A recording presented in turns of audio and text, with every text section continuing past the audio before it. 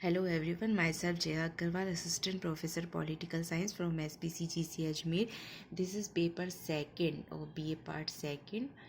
Name of the paper is Indian Government and Politics, and in this video we will discuss about Chief Minister and his Council of Ministers.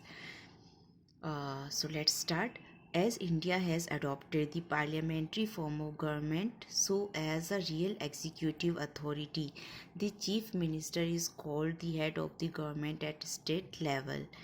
The office, powers and functions and position of the chief minister at state level are quite similar to those of prime minister at center.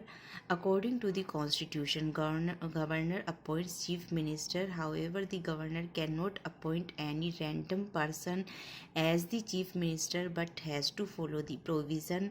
A leader of the party that has got the majority a share of votes in the assembly elections is appointed as the chief minister of the state. The term of chief minister, he holds his office during the pleasure of the governor, but governor cannot remove him anytime. Governor cannot even dismiss him till the time he enjoys the support of the majority of the Legislative Assembly. When CM doesn't enjoy his majority support, he has to resign and governor dismisses him then. The chief minister is the head of the state council of ministers, and he selects them and decides portfolios for them and can remove them anytime. Meeting of the council of ministers is headed by him. If CM resigns, the entire council of ministers collapses.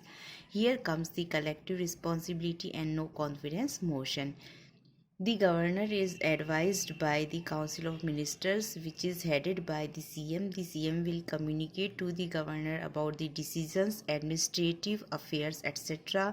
When the governor acts at his own discretion, no advice is needed by the council.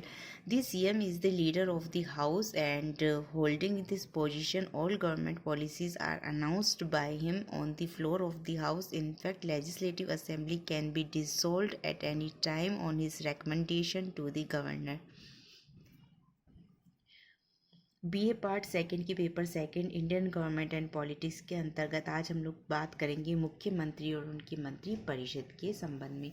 जैसा कि हम सभी जानते हैं कि भारत ने British pattern पर संसदीय फॉर्म ऑफ गवर्नमेंट, संसदीय व्यवस्था को अपनाया है। संसदीय व्यवस्था का अर्थ होता है जिसके अंतर्गत दो प्रकार की कार्यपालिका कार्य करती है। एक होती है नाम मात्र की कार्यपालिका, दूसरी होती है वास्तविक कार्यपालिका। और विशेष बात यह है कि जो चीफ मिनिस्टर है, मुख्यमंत्री है, उनके संबंध में हमारा संविधान ऑलमोस्ट सिमिलर व्यवस्था करता है जैसा कि सेंटर में प्राइम मिनिस्टर के संबंध में किया गया है। इसीलिए स्टेट लेवल पर जो रियल एग्जीक्यूटिव होती है वो होते हैं chief minister and his council of ministers, मुख्यमंत्री और उनकी मंत्री परिषद। और संविधान के अनुसार जो गवर्नर होते हैं, राज्यपाल होते हैं, वो मुख्यमंत्री की नियुक्ति करते हैं।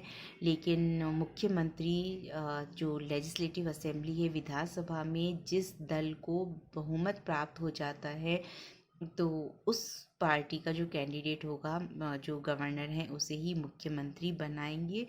विशेष परिस्थितियां हो सकती हैं जिनके अंतर्गत हमारे संविधान में विशेष व्यवस्थाएं भी की गई हैं। विशेष तौर पर जबकि किसी एक पार्टी को बहुमत नहीं मिलता है या जिस पार्टी को बहुमत मिला है उसका कोई सर्वमान्य नेता नहीं होता है।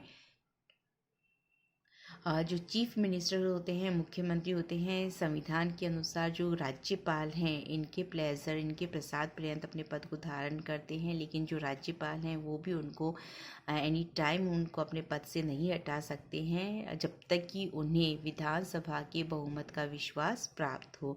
और यदि जो मुख्यमंत्री हैं बहुमत का विश्वास खो देते हैं, बहुमत खो देते हैं, तो उन्हें अपने पद से रिज़ाइन करना पड़ेगा।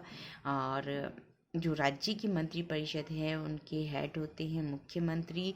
मुख्यमंत्री अपनी काउंसिल ऑफ मिनिस्टर्स के सभी मंत्रियों को खुद सेलेक्ट करते हैं, उनके लिए पोर्टफोलियोज या डिपार्टमेंट्स या विभाग डिसाइड करते हैं और एनी टाइम उनको अपने पद से हटा सकते हैं। जितनी मीटिंग्स होती हैं काउंसिल ऑफ मिनिस्टर्स की उनको चीफ मिनिस्टर हैं, वो उसको चेयरमैन का शिप करते हैं उसकी। और यदि जो मुख्यमंत्री हैं यदि वो रिज़ाइन कर देंगे तो पूरी काउंसिल ऑफ मिनिस्टर्स है उसको रिज़ाइन करना पड़ता है। यहाँ पर हम लोग बात करते हैं सामूहिक उत्तरदायित्व की और नो कॉन्फिडेंस मोशन अविश्वास प्रस्ताव की। सामूहिक उत्तरदायित्व का अर्थ होता है कि सामूहिक जब निर्णय लिए जाते हैं तो हर व्यक्ति की, हर मिनिस्टर की जो कि उस निर्णय में शामिल थे, इसीलिए उस निर्णय के लिए वे सभी सामूहिक रूप से उत्तरदायी होते हैं। इसीलिए उस सामूहिक निर्णय के लिए यदि किसी एक मंत्री के विरुद्ध अविश्वास प्रस्ताव या किसी भी कारण से एक मुख्यमंत्री के विरुद्ध अविश्वास प्रस्ताव लाया जाता है तो उसका अर्थ होता है संपूर्ण मंत्रिपरिषद के विरुद्ध अविश्वास प्रस्ताव, जिसके पारित होने पर उन्हें त्यागपत्र देना होता है। जो काउंसिल ऑफ मिनिस्टर्स होती है, मंत्रिपरिषद होती है, उनका कार्य गवर्नर को एडवाइस देना होता है। और यहाँ पर जो मुख्यमंत्री हैं उनके कार्य होते हैं सभी निर्णयों की, जो मंत्रिपरिषद के निर्णय हैं उनको, और जो राज्य विधायन है, राज्य प्रशासन है, उनके संबंध में गवर्नर को कम्युनिकेट करना about the decisions, administrative affairs etcetera. और जो गवर्नर है वो खुद भी मुख्यमंत्री और उनके जो मंत्रिपरिषद है उससे टाइम टू टाइम इन्फॉर्मेशन ले सकते हैं। और लेकिन जब गवर्नर अपनी स्वविवेकाधीन शक्ति के अंतर्गत कार्य करते हैं उस वक्त काउंसिल ऑफ मिनिस्टर्स हैं उनको कोई भी एडवाइस नहीं देते हैं। जो मुख्यमंत्री होते हैं ये राज्य विधानसभा के नेता होते हैं। और जो राज्य विधानसभा के फ्लोर पर जितनी गवर्नमेंट की पॉलिसीज़ हैं उनके द्वारा अनाउंस की जाती है। और यहाँ तक कि जो राज्य विधानसभा है उनकी रिकमेंडेशन पर गवर्नर है वो उसको एनी टाइम डिसॉल्व भी कर सकते हैं। That's all for today from my side. Thank you very much.